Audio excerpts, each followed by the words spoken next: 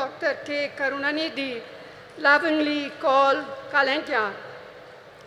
மாண்புமிகு ஸ்டாலின் அவர்களே, அன்பிற்குரிய கனிமொழி அவர்களே, மேடையிலே அமர்ந்திருக்கக்கூடிய மகளிர் தலைவர்களே, இந்த அருமையான நாளில்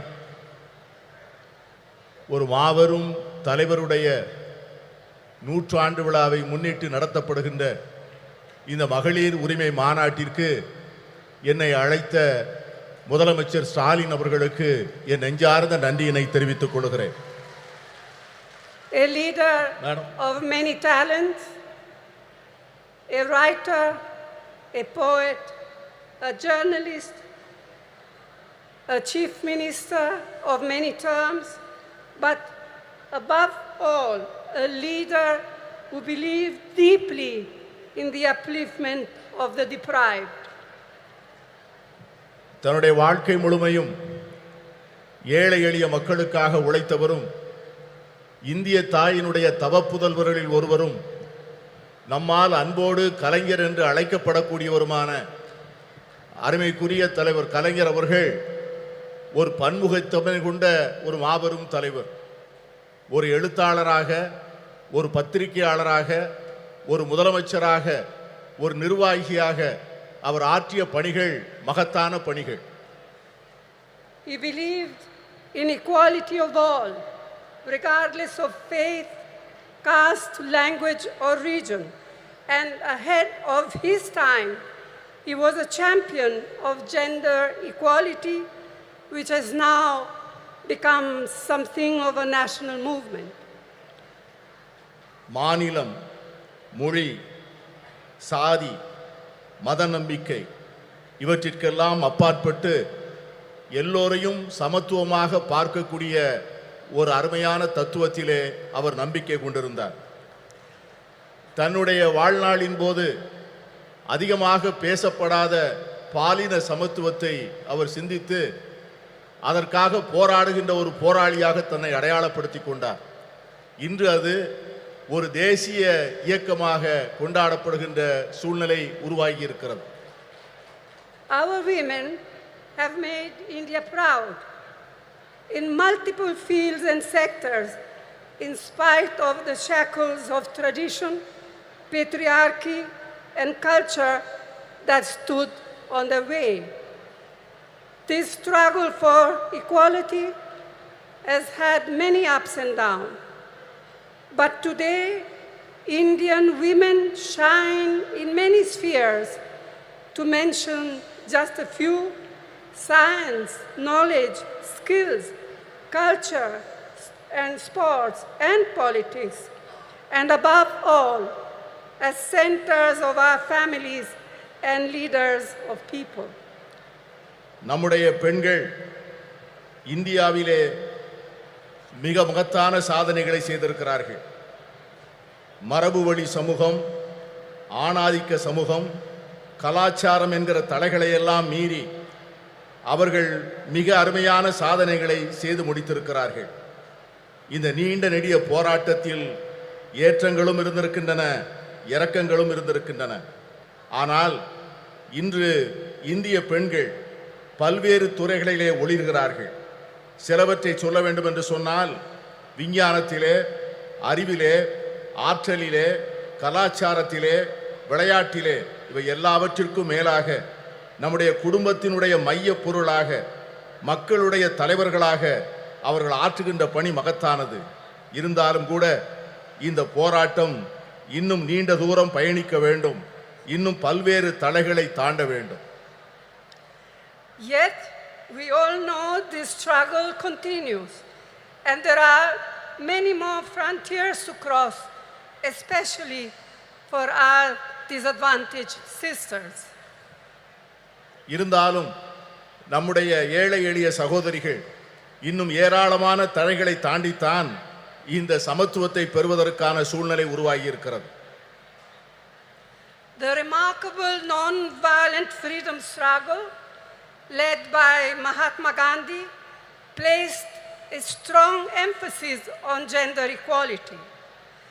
In 1928, the draft constitution was being crafted under the chairmanship of Motilal Nehru, and the Karachi Resolution of 1931, framed by Jawaharlal Nehru.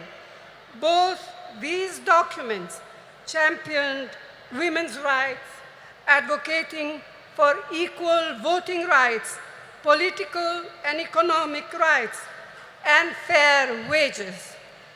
They laid the foundation for women to play an equal role in our nation's building. They embodied the promise of universal suffrage, gender equality, and a socialist equitable society. And this spirit continued when the Constitution of India, under the chairmanship of Dr. B.R. Ambedkar, was ultimately framed. Mahatma காந்தியினுடைய தலைமையிலே ஏற்றுக்கொள்ளப்பட்ட சாத்வீகமான வன்முறையற்ற சுதந்திர போராட்டம் மகளிர் சமத்துவத்தை முன்னிலைப்படுத்தியது. 1928 அரசியல் சாசன சட்ட வரைவு மோதிலால் நேரு அவர்கள் தலைமையிலான குழு தயார் செய்து அந்த அறிக்கையை சமர்ப்பித்தது. அதற்கு பிறகு கராச்சியில் நடந்த அகில இந்திய காங்கிரஸ் மாநாட்டில் இந்த தேசத்தினுடைய முதல் பிரதமர் ஜவஹர்லால் நேரு அவர்கள் கராச்சி தீர்மானம் என்கிற பெயரிலே வடிவமைக்கப்பட்ட தீர்மானங்கள், இந்த இரண்டு ஆவணங்களும் பெண்களுடைய உரிமைகளை கொண்டாடுவதிலும் அவர்களுக்கு வாக்குரிமை அளிப்பதிலே சமத்துவம் வழங்கப்பட வேண்டும் என்பதையும், பொருளாதாரத்திலும் அரசியலிலும் செயல்பாடுகளிலே அவர்களுக்கு சரியான பங்கு தரப்பட வேண்டும் என்பதையும் வலியுறுத்தியது. இந்த இரண்டு ஆவணங்களும் அந்த அடிப்படையில் தான் நம்முடைய பெண்கள் ஒரு மிகப்பெரிய ஒரு சமூக மாற்றத்திற்கான முன்னெடுப்பை நோக்கி பார்க்க ஆரம்பித்தார்கள்.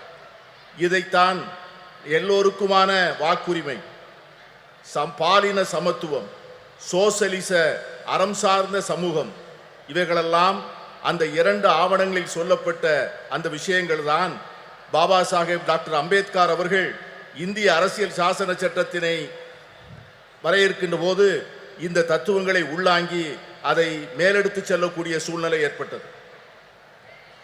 Who can forget what our first Prime Minister, Jawaharlal Nehru, once said, I quote, "If you educate a man, you educate one individual.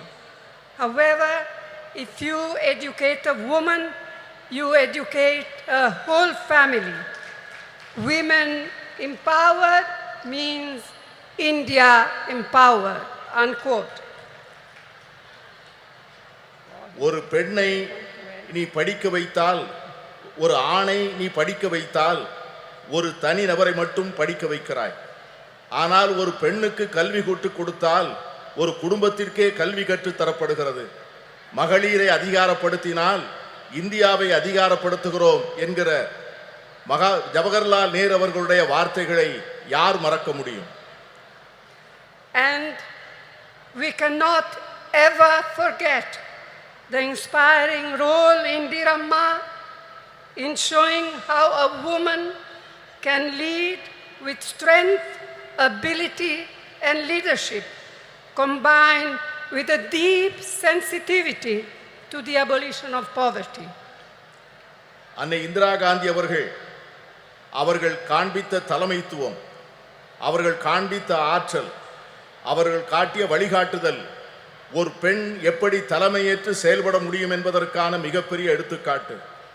ஏழை எளிய மக்களுக்கான நல்வாழ்வை அளிப்பதற்கும் வறுமையை ஒழிக்க வேண்டும் என்கிற அர்ப்பணிப்போடும் அவர்கள் ஆற்றிய பணியை யாரும் மறக்க முடியாது.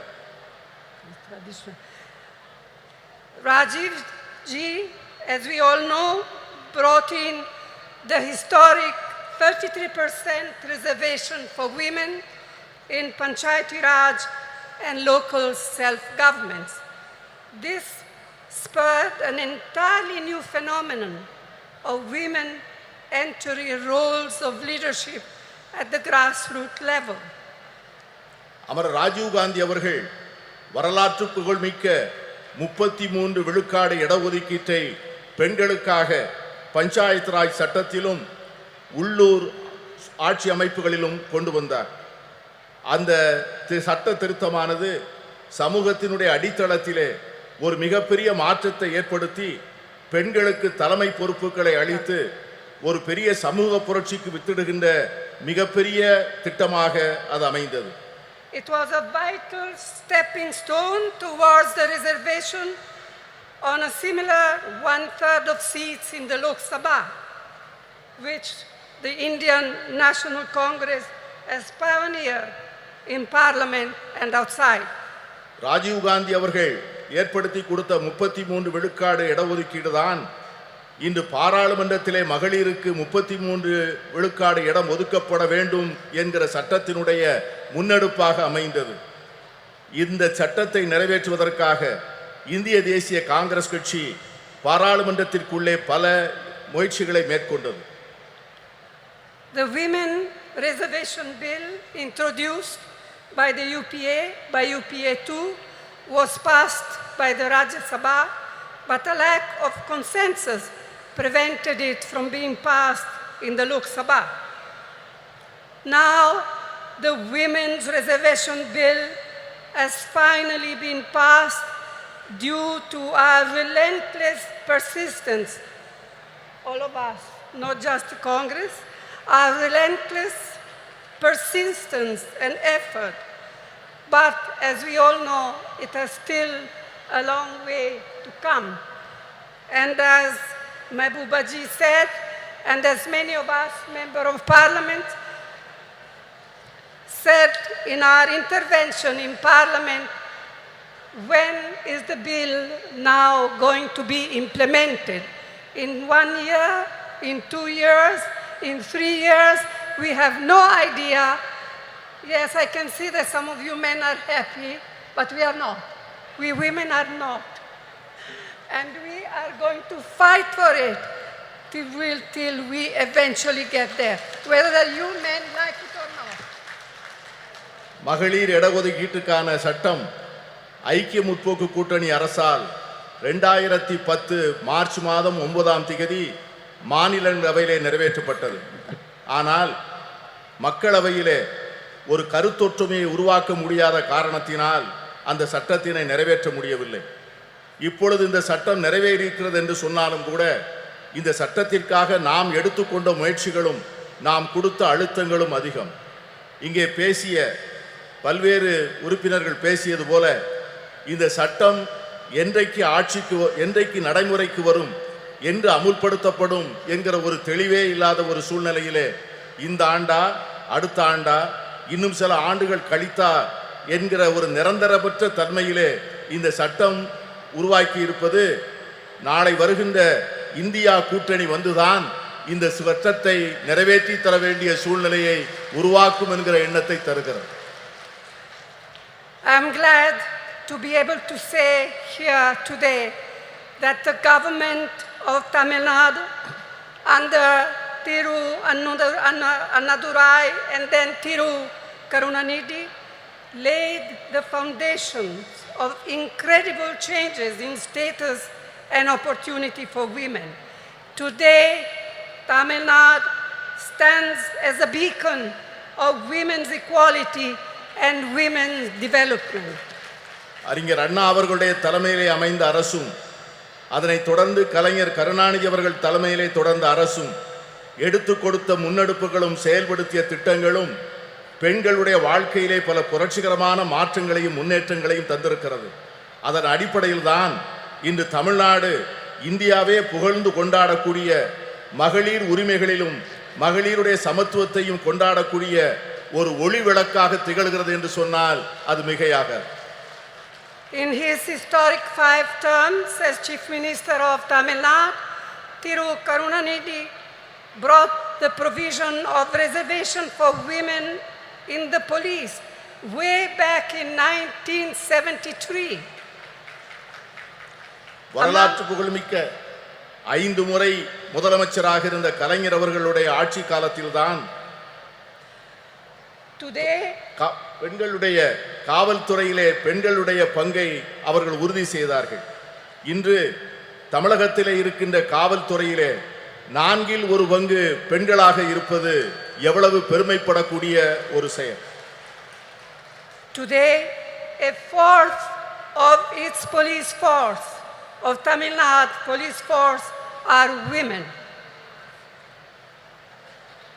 இன்று இருக்கின்ற காவல்துறையினரில் நான்கில் ஒரு பங்கை சார்ந்தவர்கள் பெண்கள் என்கிற சூழ்நிலை இருக்கிறது.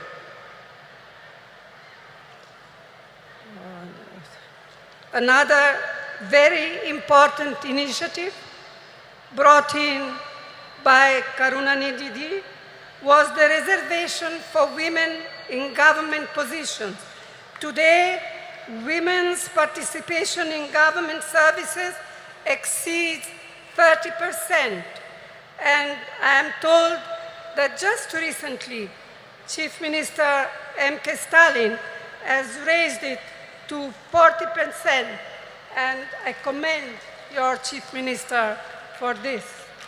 கலைஞர் கருணாநிதி அவர்கள் செய்த முக்கியமான மற்றொரு சீர்திருத்தம் என்னவென்று சொன்னால், அரசு பணிகளிலே பெண்களுக்கான இடஒதுக்கீட்டை செய்தது. அதன் விளைவாக அரசு பணிகளிலே 30 விழுக்காட்டை சார்ந்தவர்கள் பெண்களாக இருந்தார்கள். இன்று நம்முடைய முதலமைச்சர் ஸ்டாலின் அவர்கள் தலைமையிலே செயல்படுகின்ற அரசு அந்த 30 விழுக்காட்டை 40 விழுக்காடாக உயர்த்தி பெண்களை பெருமைப்படுத்தி இருக்கிறது. And it comes at no surprise that through initiatives like the midday meal program, the promotion of women empowerment, and encouragement of female education, Tamil Nadu boasts today of some of the most impressive maternal and infant mortality rates in India.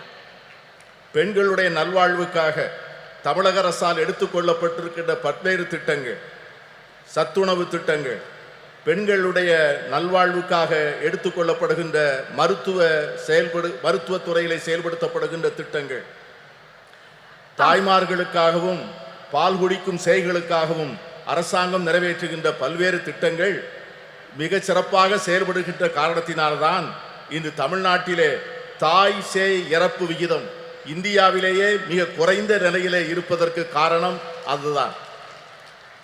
It is unfortunate that many of these efforts and programs to help to empower women have not been reflected at the national level. In fact, instead of mitigating problems faced by women, the last 9 years have seen a sustained effort on part of the Modi government to turn our women purely into symbols, to be counted and appreciated only in their restricted traditional roles in a patriarchal framework. கடந்த சில ஆண்டுகளாக கடந்த 9 ஆண்டுகளாக மோடி அரசினுடைய நடவடிக்கைகள், இந்த நாம் ஏற்றுக்கொண்டிருக்கின்ற திட்டங்கள், நாம் பெற்றுத்தந்த உரிமைகள், கடந்த 70 ஆண்டுகளிலே நாம் செய்த நல்ல முயற்சிகளை எல்லாம் சீரழிக்கின்ற வகையிலே செயல்படுவது நமக்கு ஏற்பட்டிருக்கிற மிகப்பெரிய துரதிர்ஷ்டம். பெண்களை ஒரு அடையாள சின்னமாக மாற்றி பழமையிலும் மரபு வழியிலும் ஏற்கனவே பின்பற்றி வருகின்ற பாரம்பரிய சூழ்நிலையில் மட்டும்தான் பெண்கள் இருக்க வேண்டும் என்று எண்ணுகிறது இந்த அரசை ஒழிய அவர்களுக்காக ஒரு புதிய சுதந்திரத்தையும் உரிமைகளையும் அளிக்க அவர்கள் தயாராக இல்லை. இதை போலத்தான் எல்லா துறைகளிலும் எல்லா சுதந்திரத்திற்கும் சமத்துவத்திற்கும் அறம் சார்ந்த சமுதாயத்திற்குமாக நாம் பெற்ற அனைத்து உரிமைகளையும் கடந்த 9 ஆண்டுகளாக அவைகள் அனைவரும் தொடர்ந்து முறையாக சீரழிக்கப்பட்டு வருவதை நான் சுட்டிக்காட்ட விரும்புகிறேன். I am confident that we, the like-minded parties of the India Alliance, can and will take urgent steps needed to make women's equality a reality. நான் உறுதியாக நம்புகிறேன், நாம் ஏற்பாடு செய்திருக்கிற இந்தியா கூட்டணி என்கிற இந்த அற்புதமான ஏற்பாடு இதை போன்ற சமச்சீரற்ற தன்மைகளை எல்லாம் நீக்கி பெண்களுக்கு உண்மையாகவே அவர்களுக்கு ஒரு சமத்துவ உலகை உருவாக்கி கொடுப்பதற்கான மிக அவசரமான நடவடிக்கைகளை நிச்சயம் மேற்கொள்ளும் என்று நான் உறுதியாக நம்புகிறேன். And it is my fervent hope that we in the India Alliance will see to it that the bill will be implemented as soon as possible. We will all work together to see to it that it happens. நான் உறுதியாக சொல்லுகிறேன், India கூட்டணி என்பது நிச்சயமாக இந்த மகளிர் இடஒதுக்கீட்டுக்கான சட்டத்தை நிறைவேற்றிய தீரும். அதை நிறைவேற்றி ஒரு நல்ல சூழ்நிலையை நாம் ஏற்படுத்திய தீர்வோம். இங்கே குழுமி இருக்கின்ற நாம் அதற்கான உறுதியை எடுத்து அதை நோக்கி செயல்பட வேண்டும் என்று நான் கேட்டுக்கொள்கிறேன். This is our goal. This will be the India Alliance goal, and this is what we women must fight for. If we fight for all together, we shall be victorious. இதை இந்தியா கூட்டணியை சார்ந்த கட்சிகள் நிச்சயமாக செய்யும். நாம் அனைவரும் சேர்ந்து போராடுவோம். நாம் அனைவரும் சேர்ந்து நிச்சயமாக இதனை சாதிப்போம். We shall be victorious. Vetri namade nandri. நன்றியோடு உழைப்போம். வெற்றி நமது.